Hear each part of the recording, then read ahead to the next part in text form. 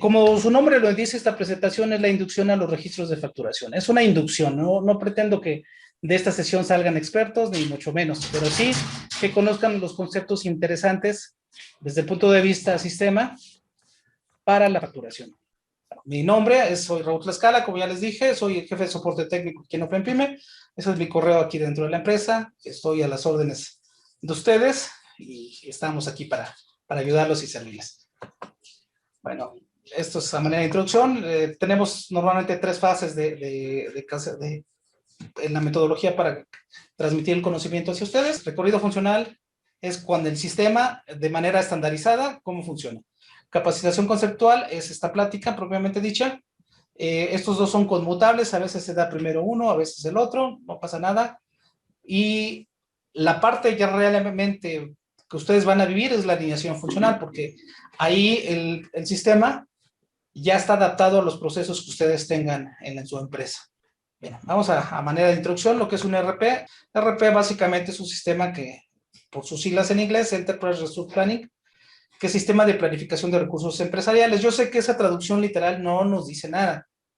En cambio, si ya decimos que el ERP es un software que nos permite unificar todos los procesos documentales y de sistemas en una empresa, en un solo sistema, entonces ya da como que le da más sentido, ¿no? Esto precisamente para tener mejores analíticas y tener criterios más uniformes de funcionalidad, a la vez de ahorrar recursos, porque puede ser que a veces tenemos 2 veces el mismo recurso, porque ciertas gentes lo utilizan para una cosa y otras gentes en otro departamento para otra, pero a final de cuentas a veces tenemos soluciones duplicadas o triplicadas para hacer las cosas. Eso obviamente pues no es óptimo.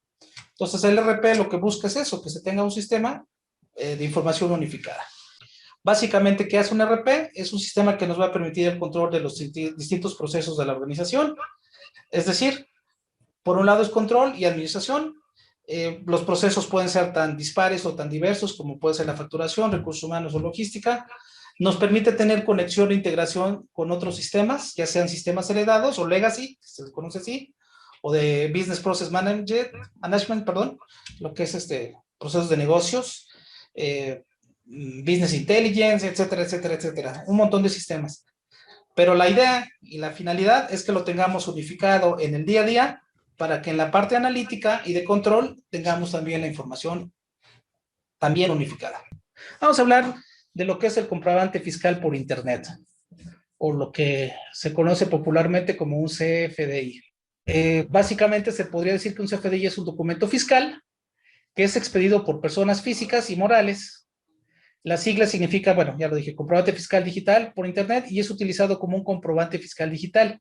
O en otras palabras, ampara una compra, ampara un pago, ampara un traslado. En el caso de las cartas porte, así se le conoce también. Se empezó a utilizar desde el 2014 en México de forma obligatoria, y la versión actual es la versión 3.3 en el caso de los FDIs de facturas como tal. Para el caso de los pagos lleva otra versión, y para el caso de los recibos de nómina lleva otra versión. Pero todos esos son CFDIs, a final de cuentas. O sea, el CFDI no solo es una factura, tiene un alcance mayor a la misma factura. ¿De acuerdo? Bien, el CFDI es válido cuando tiene un timbre, así se le conoce. ¿Qué significa que esté timbrado o que tenga un timbre, un CFDI? Básicamente es un código de seguridad y verificación, donde el código como tal lo suministra el Servicio de Administración Tributaria directamente o a través de un tercero autorizado, popularmente conocido como PAC, o en otras palabras, es un proveedor autorizado de facturación electrónica. A eso se le conoce como un PAC. ¿Sí? Esos proveedores autorizados o terceros que el SAT tiene concesionados para que funjan con la validación del CFDI. Como este es un mundo de información, el SAT se dio cuenta inteligentemente que no se iban a poder procesar toda la cantidad de información generada por todo el comercio nacional en su momento. Entonces, delegó esta parte a terceros. Ellos deben de cumplir ciertos lineamientos, ciertas reglas, y obviamente tener una certificación por parte del SAT para poder seguir siendo PAC. ¿De acuerdo? Entonces, hay dos formas de timbrar. Una es a través de un PAC y otra es directamente en el SAT. Si bien es cierto que se pueden emitir comprobantes fiscales digitales por internet, o sea, CFDIs, en el sitio o en el portal del SAT, la realidad es que es bastante incómodo. Si alguno de ustedes lo ha hecho, no me va a dejar mentir, que es bastante engorroso facturar algo en el propio portal del SAT.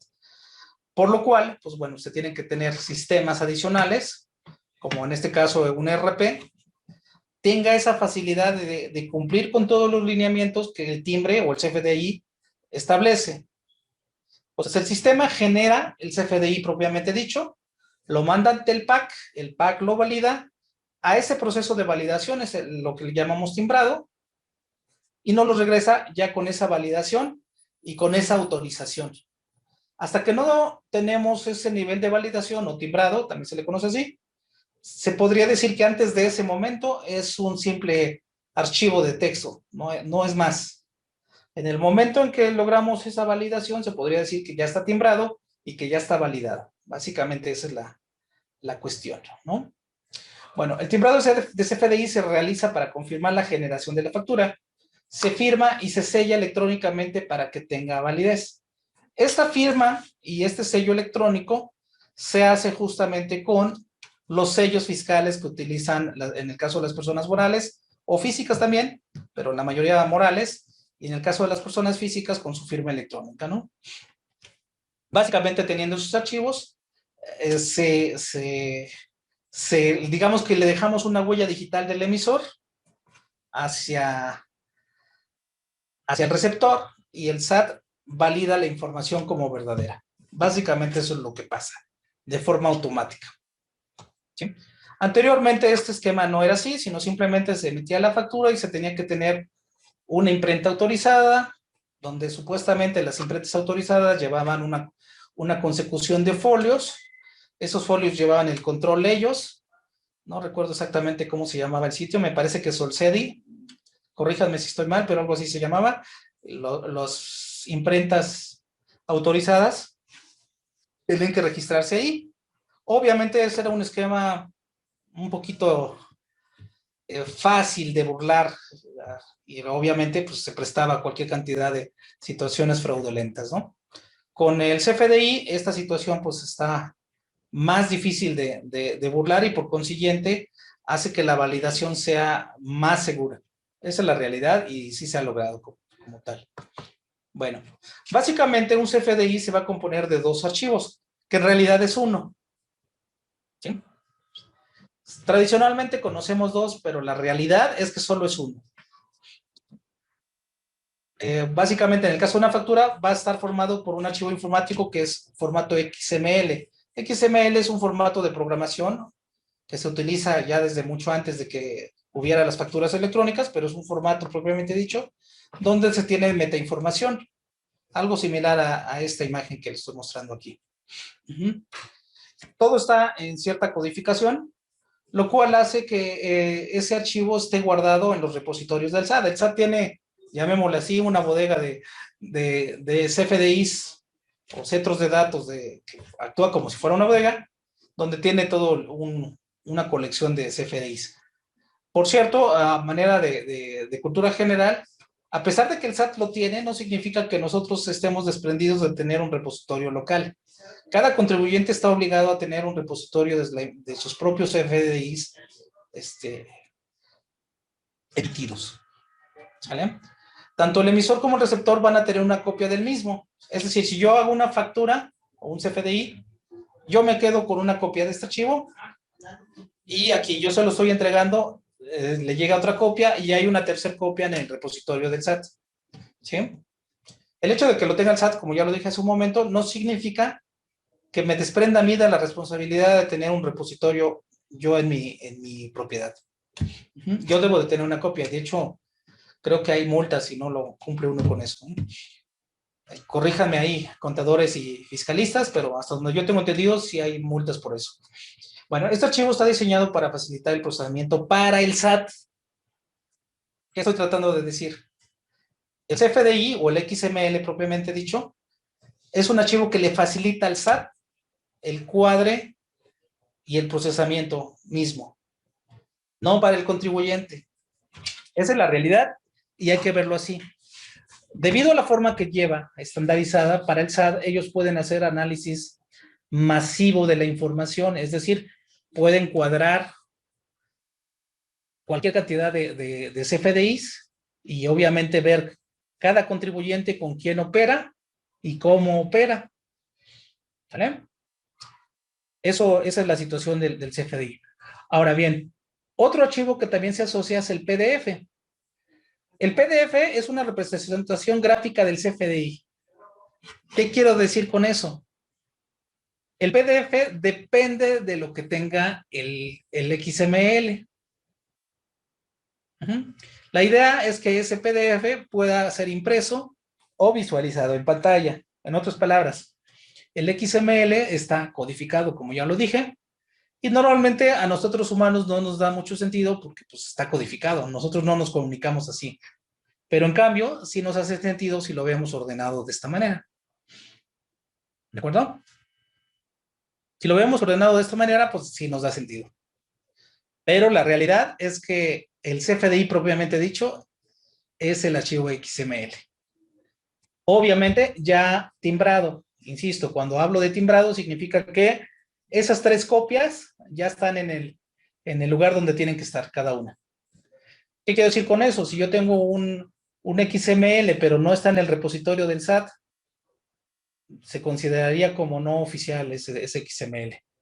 Que de repente puede darse el caso que si haya pasado en los primeros días de que se implementó esta tecnología, pasaba eso. No sé si el pack se desconectaba con el SAT, pero pasaba. Pero lo ideal es que esté en los tres repositorios, en el del cliente, en el del SAT propiamente dicho y en el del emisor. ¿Sale? Eso es bueno tenerlo en mente. Ahora, ¿qué características tiene un CFDI? Son 4 básicamente. La primera característica es que debe ser íntegro. En otras palabras, la información contenida en un CFDI no puede ni manipularse ni modificarse sin que se detecte. Es decir, si yo altero el contenido de un CFDI, el SAT se va a dar cuenta de volada, ¿eh? Eso es un hecho. Sobre todo si lo replico. Si yo se lo envío a alguien alterado, es relativamente fácil detectar la alteración. ¿Sí? Porque tiene una serie de códigos que van a asegurar esa integridad. Todas las cadenas de texto que van a ver abajo como firmas y todo eso se construye en base a la información que está contenida en el propio CFDI. ¿Qué quiero decir con eso? Si yo cambio un puntito, esa cadena de caracteres va a cambiar. Eso es un hecho. ¿De acuerdo? Entonces, es la primera característica de un CFDI. Otra, autenticidad. La identidad del emisor del comprobante puede verificarse a través de su certificado del sello digital. Es decir, ustedes cuando van a timbrar necesitan el sello. El sello se compone al menos, se compone de 3 cosas. Se compone de un archivo .cer, o sea, es un certificado digital, y ahí está toda la información del emisor. Otro archivo que se llama .key o .key. Ese archivo tiene toda una codificación para hacer una conversión del password las contraseñas o las claves de apertura del certificado. El certificado, si ustedes lo quieren abrir así solito, no van a poder. Necesitan el key. Pero para poder utilizar el archivo .key, necesitan una contraseña. Entonces, se necesitan tres actores para poder abrir un sello digital. Es la contraseña propiamente dicha, el archivo .cer y el archivo .key, donde la información real está en el certificado del sello digital. Por eso el SAT tiene la política de ir renovándolas cada X tiempo. Me parece que son 3 o 4 años, no recuerdo bien, son 3. Cada 3 años uno debe de renovar esos sellos. ¿De acuerdo?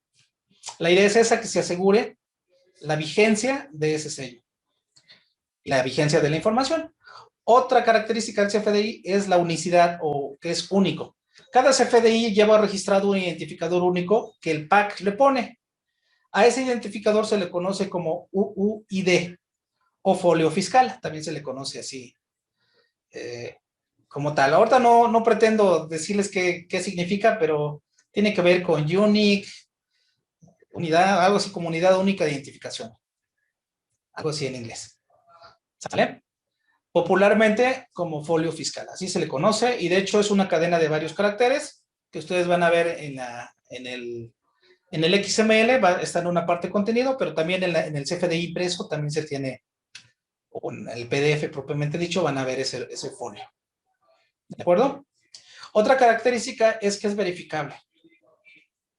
Es decir, la persona que emite un CFDI no puede negar en ningún momento haberlo hecho. Porque si se hizo, necesitaba este archivo que le da autenticidad, eso le genera la unicidad y eso hace que no se pueda modificar. ¿Sale? Por eso es sumamente importante que los sellos digitales no se reparten a diestra y siniestra, sino solamente lo debe de tener ciertas personas bajo ciertos criterios de control, porque esta persona que sea el poseedor del sello digital puede emitir facturas en el momento que se le antoje, ¿no? Entonces, puede ser que ahí metan un gol a la empresa o al contribuyente si se emite un certificado a nombre de otra persona, ¿no? No autorizado. ¿Sale? Por eso es información reservada, o yo diría confidencial. El poseedor del certificado del sello digital, desde mi punto de vista, hasta debería de tener una responsiva que evidencie ese rol de responsabilidad propiamente dicho. ¿De acuerdo? Bueno, repito, si hay preguntas, vayamos aclarándolas cada una. ¿Hasta acá vamos bien todos? Sí, todo en orden. Ok. Y todo bien. Bueno, hablemos un poquito del folio fiscal o UID. El UID, ya hablamos que es el folio fiscal, está compuesto por 32 dígitos hexadecimales. Cuando hablamos de hexadecimales, significa que son caracteres del 0 a 9, pasando por la A, B, C, D, E, F. Si ustedes encuentran un UID como este, donde hay una R, por ejemplo, es más falso que una moneda de 3 pesos. ¿Sí? O que si se encuentran una H entre las letras, pues eso es más que obvio que es falso. ¿Por qué? Porque son hexadecimales, es decir, nada más llega hasta la F. No puede ser, por especificación y naturaleza misma del UID, que vengan letras más allá de la F. ¿De acuerdo? Esa es la situación. Si ustedes van a un XML y lo abrimos, internamente vamos a encontrar algo así como esto, donde va a ser el folio fiscal. ¿De acuerdo? Entonces, Perdón que le ustedes... interrumpa. ¿Sí? Está cambiando de diapositivas, es que a mí me aparece todavía la del inicio. A ver, no te entendí bien. Repítela. Que si está cambiando de diapositivas o algo así, porque a mí me aparece todavía la de inducción a registros de facturación, la primera. Ok. Estoy mostrándoles del folio fiscal UID. ¿Todos la ven? Yo sí veo bien la pantalla. Sí he ido yo cambiando. Todo bien. Entonces, nomás es a mí. Y yo te recomiendo, Yo no sé también quién creo seas, que si eres quieres, normal. salte y reentra y yo te espero, no te preocupes. Vale, gracias. En lo que platicamos aquí con los demás compañeros. Entonces, les digo, aquí a ojo de buen cubero, ese es un indicador así a puro ojo podemos saber si una factura es falsa. Si vemos letras más allá de la F. ¿Sí? Si algún vivillo quisiera decir, les metemos un gol a estos cuates, porque no saben, si vemos que en el UID aparece una J o una R o una letra rara, pues evidentemente pues no es por ahí. ¿Sí? ¿Ya ves la imagen bien, Citlali? Sí, ya, gracias. Genial. Bien. Entonces, esa es una forma de analizarlo. Ahora, toda esta parte que dice sellos FD, que son un montonal de letras, que casi nos sugiere como tú lo serás. Yo la primera vez que vi algo así, dices, no, pues tú lo serás, eso que me dices, quién sabe qué sea, se ve muy feo. Bueno, toda esa cadena de caracteres que no nos da sentido a nosotros como humanos, se halla multiplicando valores de ciertos números primos aleatorios por los registros que tengamos, van a generar unos números, y para no hacérselas tan cansada, la encripta y nos da esta cadenota dependiendo de la información que tengamos, de forma tal que esa cadena es desencriptable para teniendo los argumentos que el SAT tiene, nosotros no, para saber la unicidad y la validación de esta factura o de este CFDI. Esa parte del sello digital es lo que lo hace único. Si nosotros cambiamos ahí cualquiera de esos caracteres, la realidad es que estamos alterando el CFDI y no va a haber corresponder. O sea, no se trata de ponerle, pues ese 3 que está ahí no me gusta, voy a ponerle un 9. Eso en automático vuelve falsa el CFDI. Y lo peor del asunto es que se vuelve un delito. Y eso pues sí está muy feo en términos tanto fiscales como legales. ¿De acuerdo? Entonces, esto se los comento no en el afán de meter miedo ni mucho menos, sino que entendamos que un CFDI es un documento legal. Y como documento legal, cualquier alteración que sufra, nos metemos en un problema serio. Cualquiera que lo intente hacer o que lo haga. ¿De acuerdo? Entonces, mucho cuidado con el XML sobre todo. Con el PDF no tanto, pero con el XML sí es una cuestión que hay que tener muy en mente para no incurrir en alguna situación extraña, ¿no? O no deseada. ¿De acuerdo? Bueno. ¿Qué requisitos necesitamos para emitir CFDIs? Bueno, para poder emitir un CFDI necesito, ya les decía yo hace ratito, 2 archivos. Un archivo que es .ser, normalmente van a encontrar un pequeño iconito como este, y un archivo .key. ¿Sí? El archivo ser, como ya les dije hace ratito, es donde está la información real del contribuyente o del emisor. Mientras que el .key es toda una serie de reglas que encriptan o desencriptan el .ser. Pero para accesar al .key, pues necesitamos la contraseña misma. Hagan de cuenta que necesito una llave para abrir el certificado, pero la llave necesita una contraseña. Por eso se requieren los 3 archivos. Espérenme, déjenme regresar. Entonces, el certificado vigente de firma electrónica se le conoce como fiel. Y hay un certificado de sello digital o archivos .ser, key y contraseña. Eso va así. Para poder emitir una factura necesitamos contar con el servicio de un proveedor de timbrado o directamente en la página del PAC. El proveedor de timbrado no es otra cosa más que el PAC, de los que les hablé hace ratito. Ahora bien, el marco legal en el que se basa esta acción. La creación de los CFDIs está sustentado en el artículo 29 del Código Fiscal de la Federación y los requisitos para el llenado de las facturas están en el anexo 20. ¿Okay? No pretendo ser jurista ni mucho menos, ni fiscalista, no es por ahí, pero sí por cultura general tener en mente estos dos, tanto el artículo 20 como el anexo 20, porque en el artículo 20 establece por qué se utilizan los FDIs, y en el anexo 20 es cómo se llena el CFDI desde un punto de vista técnico, no desde un punto de vista, ¿cómo decirlo?, ya operativo. Ahí creo que tiene la liga, si ustedes la quieren abrir, ahí lo van a ver en su equipo, ahorita que les comparta yo el archivo. Y el artículo 29, ¿sí les puse la liga? Sí, ahí está, miren. Bueno, por cultura general es bueno que le den alguna leída alguna vez en su vida, ¿eh? No es tanto que se lo sepan de cabo a rabo, ni mucho menos, no agrega valor, pero por cultura pues no está por demás saberlo. Bueno, vamos a hablar de los tipos de CFDIs. Básicamente, cuando hablamos de CFDIs, hay varios. Miren, por ejemplo, la factura hoy día se llama CFDI de ingresos. O sea, para el SAT y en esos tiempos de CFDIs, si hablamos de un CFDI de ingreso, me estoy refiriendo a una factura. Si estoy hablando de un CFDI de egreso, me estoy refiriendo a una nota de crédito. ¿Sí? Si estoy hablando de un CFDI de traslado, estoy hablando de una carta aporte. Si estoy hablando de un CFDI de recepción de pagos, estoy hablando de un recibo de pagos. Si hablo de un CFDI de nómina, estoy hablando de un recibo de nómina. Si estoy hablando de un CFDI de retenciones e información de pagos, estoy hablando de constancias de retenciones. O sea, hay 1, 2, 3, 4, 5, 6 tipos de CFDIs. Tradicionalmente, solamente lo utilizamos para factura. Pero obviamente no llega hasta ahí el alcance, sino hay varios alcances dependiendo la naturaleza misma de la operación que estamos haciendo y donde el SAT está fungiendo como validador o como verificador. ¿De acuerdo?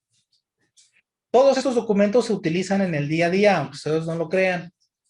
¿Sí? Hay unos que a lo mejor no son más familiares que otros, pero eso no significa que los otros no se usen, ¿eh? Todos tienen una razón de ser y una funcionalidad expresa para la cual fueron diseñados. ¿De acuerdo? Bueno, y obviamente no usarlos o implica a veces en un delito, aunque ustedes no lo crean. Y bueno, son situaciones que ya se tienen contempladas. Entonces, ahorita ya no podemos hablar de notas de crédito, sino de un CFDI de egreso. Ya no podemos hablar solo de factura, CFDI de ingreso. Tradicionalmente les decimos, seguimos diciendo así, pero la realidad es que su nombre correcto es este, o su alias, de acuerdo a estos momentos. ¿De acuerdo? Espero que esto no les haga ruido, pero sí que nos vayamos familiarizando con la terminología que el SAT nos impuso, porque aquí es impuesto tal cual. ¿Bien? ¿Alguna pregunta al respecto? Por el momento no, gracias. Sale pues. Bueno, vamos a hablar de los tipos y usos de CFDI. Básicamente, para hablar de ingreso, tenemos las facturas emitidas por ventas, por servicios, por arrendamientos y donativos, notas de cargos, CFDIs de anticipos de clientes recibidos. ¿Sí? Tradicionalmente solamente está en el radar de nosotros las facturas emitidas por ventas, pero bueno, pueden ser cuestiones de arrendamientos, también ya es un CFDI de ingresos. Antes había recibos de arrendamiento, hoy ya no existen. Hoy es un CFDI de ingreso para arrendamiento. Mismo caso con el notas de cargo. Los CFDIs de anticipos de clientes también. Antes no existía esta figura de CFDIs de anticipos. Para eso se utilizaba un recibo informal. Hoy ya no. Hoy estamos obligados a que si un cliente nos da un anticipo, hay que hacer una factura. A usted no lo quiera, o un CFDI, vamos. Donde se especifica ese anticipo. Hay casos especiales. Habría que analizar cada detalle o cada operación por separado, pero hay formas de hacerlo, ¿eh? Mismo caso para lo que son los recibos de honorario. Hoy ya no existen recibos de honorario. Hoy es un CFDI de ingreso. ¿Sale? Eso es algo que hay que tener bien claro. Bueno, para el caso del egreso, es decir, la salida de dinero, tenemos notas de crédito, obviamente aplicación de los anticipos de clientes, cancelación de anticipos, corrección de un CFDI de ingresos con errores. Estas son figuras que el SAT ya tiene detectadas para cada caso, ¿no? Aquí el que más se utiliza es este de notas de crédito, pero a final de cuentas es un CFDI de ingresos. Hay CFDIs de traslados. ¿Para qué sirve? Sirve para acreditar la propiedad de las mercancías que se llevan de un lugar a otro, valen 0 pesos y se utiliza un RFC genérico en el receptor, obviamente especificando los productores del producto. Por ejemplo, si yo quiero mover productos de un lugar a otro de la República, que son de mi propiedad y que no se los voy a vender a nadie, para que el transportista no tenga problema, se emite un CFDI de traslado. Sí, aquí la única especificación o aclaración que debe hacer es que en precio debe de valer 0 y bueno, debe de tener ahí la especificación de que es un CFDI de traslado y se pone un RFC genérico. Cuando ya llega, se cancela. Eso es lo que hay que hacer. ¿Sale? Bueno, luego tenemos recibos de nómina, que son precisamente los recibos que recibimos todos los que somos trabajadores, que pueden ser recibos de asimilados o recibos de retiros de utilidades, en el caso de accionistas también. Esto es parte de... Bueno, luego tenemos pago para comprobar los pagos recibidos de clientes. Es decir, antes no había recibos de pago, ya desde, me parece que el 2018, si no me falla la memoria, se tienen que tener CFDIs de pago, es decir, lo contrario al ingreso. Para La factura ampara la compra y el recibo de pago ampara, valga la redundancia, el pago de esa factura o la cancelación de saldos de esa factura, hablando en términos contables. ¿De acuerdo? ¿Sí? ¿Sí les va haciendo sentido todo esto? Espero que sí, ¿eh? Bueno, vamos adelante. CFDIs de ingreso y egreso. Este es un tema bastante interesante que necesitamos tener bien claro para que a la hora de tener las operaciones sepamos bien el sentido del dinero propiamente dicho. Bien.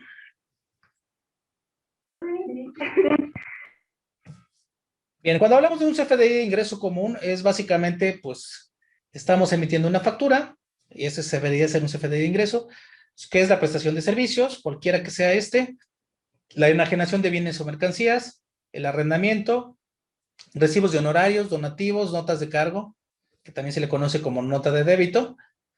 Bueno, lo que debemos de notar aquí es que la relación del CFDI de ingreso tiene con otros comprobantes fiscales. ¿Qué quiero decir con eso?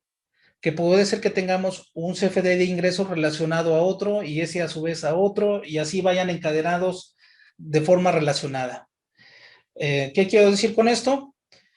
Que eso legalmente el SAT va amarrando la relación de cada uno de los CFDIs y por consiguiente lo analiza de una manera integral. No lo va a analizar de forma separada, sino va a analizar todas las relaciones que se tiene y obviamente pues así se tiene.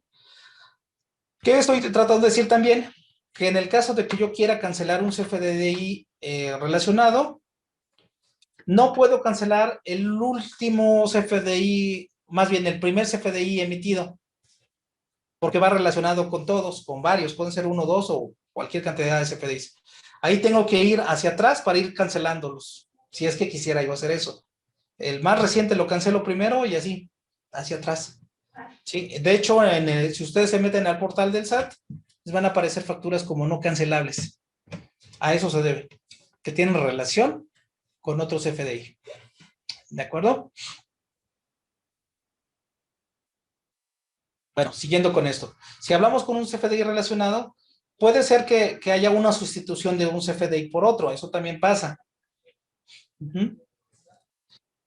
Si eso ocurre, el primero se cancela y el nuevo, lo que debemos de hacer es tener uno nuevo que relacione al primero.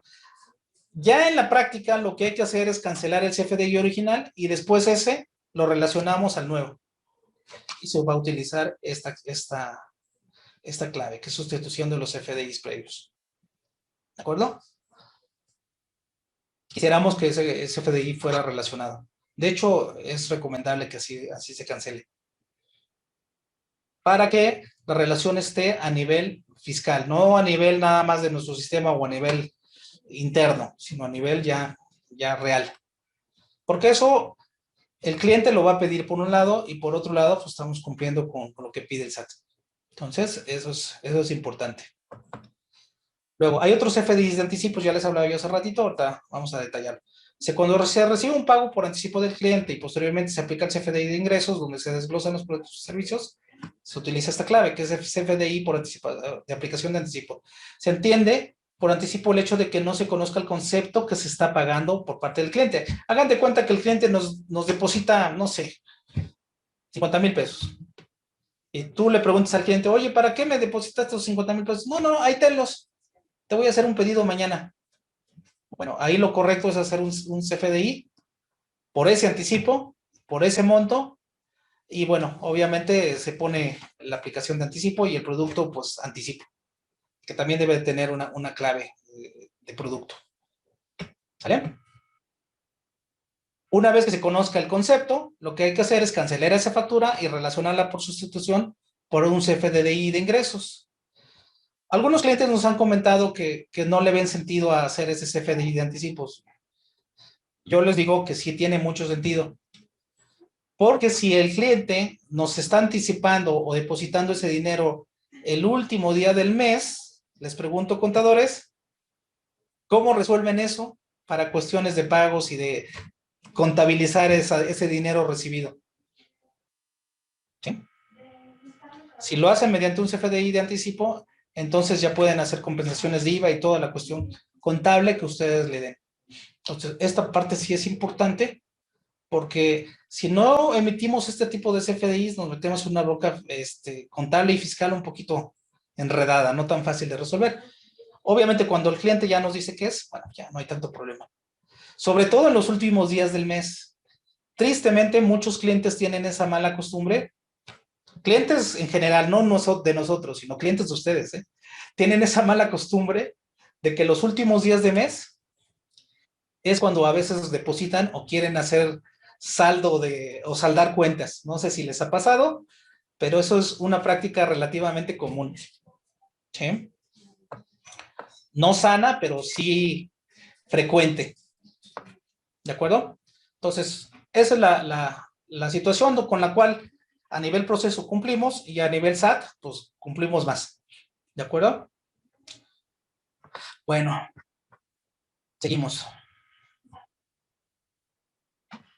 Otro CFDI es el CFDI de pago, ya les había platicado un poquito hace ratito, pero lo ampliamos ahorita. También nombrado como recibo electrónico de pagos o complemento para pagos o complemento de recepción de pagos. No sé cómo ustedes lo conozcan, pero simplemente es un CFDI de pago. Es básicamente un comprobante fiscal por internet, o sea, es decir, un CFDI que debe emitir la empresa que recibe el pago. Obviamente ese pago tiene que estar relacionado con un CFDI de ingresos, o en otras palabras, una factura, al cual se le incorporó información adicional con los pagos recibidos. Y va a asociar una factura emitida en un momento previo. ¿Sí? Básicamente con eso le estamos informando al SAT que ya recibimos el dinero de ese CFDI emitido previamente. ¿De acuerdo? ¿En qué casos debe de emitirse un CFDI de pago? Bueno, cuando la factura no se pague en una sola exhibición, es decir, pago en parcialidades, o si se paga después de expedirla, es decir, pago diferidos. Cuando tenemos la forma de pago 99 o método de pago PUE en una sola exhibición, no es necesario emitir ese CFDI de pago. Sí es obligatorio cuando se tenga forma de pago 03 y aquí se tenga pago en una sola exhibición. ¿Notan la diferencia? ¿Vale? Esto ya en el día a día, seguramente algunos de ustedes lo viven, entonces no les estoy diciendo nada nuevo, pero sí es importante tenerlo en mente, ¿sí? Raúl, quiero hacer ahí una aclaración. A ver, usted nos está diciendo que el CFDI se emite cuando la forma de pago es 99 y pago en una sola exhibición. Sí. Sí, porque era por definir, si no mal recuerdo, el 99. Ajá. O sea, cuando tenemos ese caso, debe de emitirse el CFDI de pago. Sí, no al revés, ¿no? Bueno, déjame aclararlo ahí por ahí. Esta presentación la hice ya hace como un año y deja ver si no hubo un cambio ahí.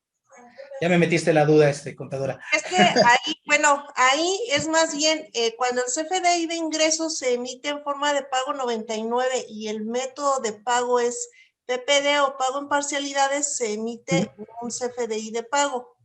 Es así, sí, justamente. Y cuando la regla en miscelánea nos dice que cuando la forma de pago de la factura o del CFDI de ingreso es 03 o pago en efectivo o 02 que es cheque y el método de pago es pago en una sola exhibición, ahí no se emite CFDI de pago. Es correcto, tal cual. Sí, déjame verificar eso, a lo mejor hay un error, una errata, déjame verificarlo, no me hagan, no, ahora sí que de toda la presentación esta lámina, pónganla en duda. Yo necesito también aclararlo. ¿Sale? Gracias por la aclaración, contadora, ¿no? De hecho, enriquece. Sí, clave 99 por definir. Creo que está al revés, ¿verdad? La palomita y el tache. Sí. Sí, bueno. Sí. Gracias por la aclaración y ya ustedes igual corrijan esa parte. Están al revés la palomita y el tache. ¿De acuerdo? Bueno. Otros beneficios que vamos a tener el CFDI de pago es que evita las cancelaciones de facturas que ya han sido pagadas, evita la duplicidad de pagos, Facilita la conciliación de las facturas contra pago, ya que determina el momento del pago de las facturas. Vamos a detallar la cantidad que se paga e identifica la factura que se está liquidando. Evita la discrepancia fiscal entre lo declarado y lo facturado. Por eso es una cosa bastante buena. De hecho, esta parte de la discrepancia fiscal es algo muy observado por el SAT en estos últimos tiempos. Entonces, hay que tener cuidado con eso. Evita una opinión de cumplimiento negativo, que también es otra cuestión que hoy día se utiliza mucho, inclusive como requisito de ventas, piden la opinión de cumplimiento para saber si eres un buen cliente o no. Cumplimiento de las reglamentaciones vigentes, la identificación del momento de la causación del ingreso para efectos del ISR y acreditamiento del IVA. Yo sé que todas estas cuestiones son muy contables, pero que sí vienen asociadas a las facturas. Y acuérdense que lo que le platicaba al principio, la facturación yo diría que de todos los procesos de la empresa es de los más usados, de los más, ¿cómo decirlo? De los más observados por contabilidad, pero también de los menos entendidos por la gente operativa. ¿Vale? ¿Por qué lo digo esto? Porque a veces el facturista le falla un poquito el criterio para decir, ajá, y en este caso, ¿qué hago? Y en este otro caso, ¿qué hago? Esta presentación responde justamente a que nosotros nos dimos cuenta de que muchas veces el facturista cometía un montón de errores que, bueno, obviamente aquí en soporte nos pegaban precisamente por falta de criterio y de conceptos.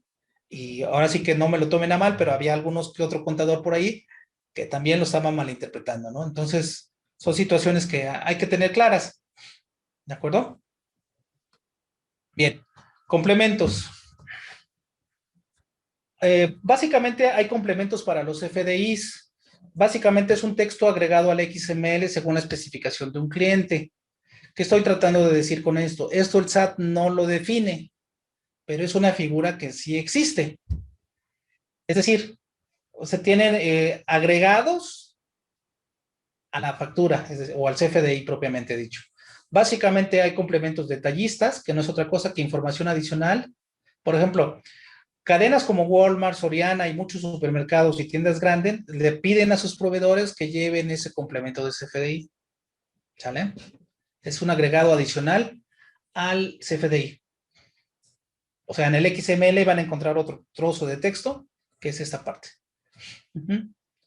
Así se le conoce como complemento detallista. Comercio exterior. Cuando nosotros exportamos mercancías, debemos cumplir con otras especificaciones adicionales al XML.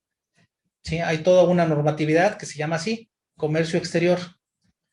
Creo que en el caso de ustedes, Eduardo, contadora, Monse, les toca vivirlo. Ya les ha tocado vivir algunos cambios que de repente se saca de la manga el SAT. Pero bueno, esa parte es importante porque si ustedes en algún momento dado exportan, esta parte hay que tenerla bien identificada en el SAT y hay que cumplir con esos lineamientos adicionales. ¿De acuerdo? Otro detalle es la adenda. ¿Sí? Proviene del latín addendum, que significa añadido.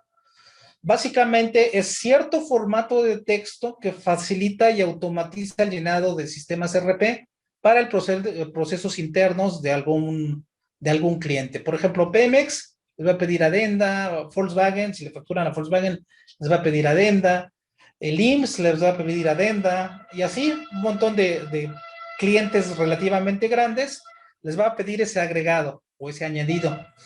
Insisto, lleva un cierto formato precisamente para que el RP de ese cliente sea fácil de procesar esta factura. Hace ratito yo les hablaba que el XML facilita el procesamiento para el SAT. La adenda facilitaría el procesamiento para el cliente en específico. Hay muchos clientes que si esa adenda no se incluye, pues nada más no nos compran. ¿Vale? Entonces, eso obliga a que muchos proveedores hagamos las adecuaciones en sistemas para que ese añadido se integre. ¿De acuerdo? Nosotros dentro de acá de la plataforma tenemos ya varias adendas hechas y varios complementos al detalle. Obviamente porque hay alguna gama de clientes que lo necesiten. Entonces, pues, se les agrega. ¿De acuerdo?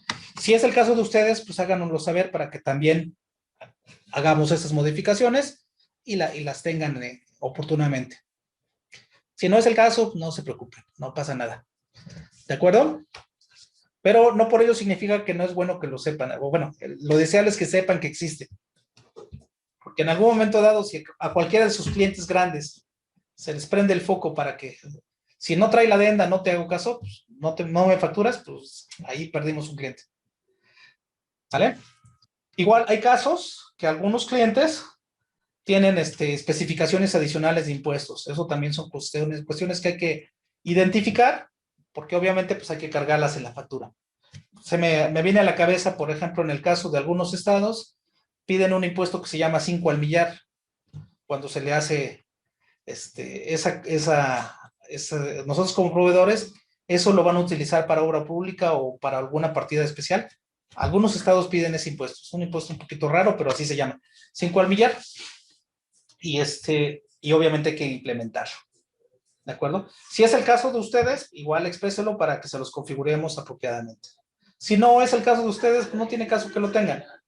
Esa es la realidad de esto, porque nunca en su vida lo van a usar. ¿De acuerdo? Bien. Una parte interesante ahorita también es la automatización de los FDIs. Esto es factible y posible hoy día a través de una herramienta que se le conoce como EDI. Viene del inglés, lo que es Electronic Data Interchange, que no es otra cosa que nos va a permitir conexión indirecta entre un sistema de una empresa a otra. Básicamente, esta gráfica lo muestra. Por ejemplo, en este caso, el comprador genera la orden de compra y envía las órdenes. Eso es el SINEDI.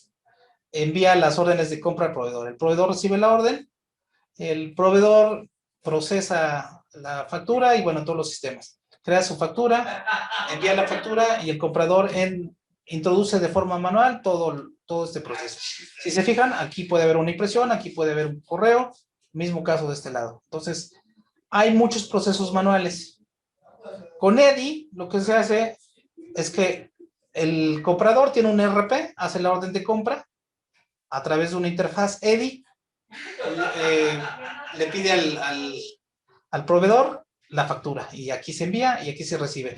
O sea, en otras facturas, perdón, en otro caso, o en otras palabras, más bien, la factura desde el comprador hasta el proveedor es de forma transparente y la orden de compra también es transparente. O sea, se van a comunicar entre sistemas. Ni siquiera hay que enviármelo por correo o cosas así.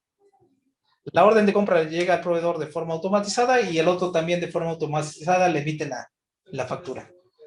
Obviamente, para llegar a esto, pues necesitamos infraestructuras tecnológicas fuertes del lado del comprador, fuertes del lado del proveedor y obviamente toda la tecnología apropiada. Pero los RPs, cuando funcionan completamente, permiten algo así como esto. Obviamente, pues es ahorro de tiempo gigante. ¿De acuerdo? Y sin introducir las cosas de forma manual, todo se hace en automático. ¿De acuerdo? Bien, con esta presentación es un poquito más rapidita. Y bueno, esta frase me gusta mucho. Dice, hay dos tipos de empresas, aquellas que trabajan para cobrar más y aquellas que trabajan para cobrar menos. Debemos ser la segunda. Eso lo dijo Jeff Bezos, que es el CEO de Amazon. Si se fijan, es bastante interesante la analogía. Con eso estoy tratando de decirles que la intención de esta plática era que esos tópicos que nosotros vemos repetitivos que se usan, los tengamos bien contemplados. Insisto, esa es la parte interesante. Ahora bien, la sesión pasada hablábamos de la orden de compra emitida desde el módulo de ventas. Si ese documento viene bien llenado de origen, la facturación se hace en 2 clics. Eso se los garantizo. ¿Sale? Esa es la parte que yo diría que donde tenemos que tener más cuidado cuando levantamos la orden de venta. Esa es la parte crucial. La parte de facturación más bien tiene que ver con eso, con el cumplimiento fiscal y asegurarnos que fiscalmente estamos cubriendo esa parte, pero también por otro lado, cubriendo lo que el cliente nos pidió en cuestiones de la especificación misma.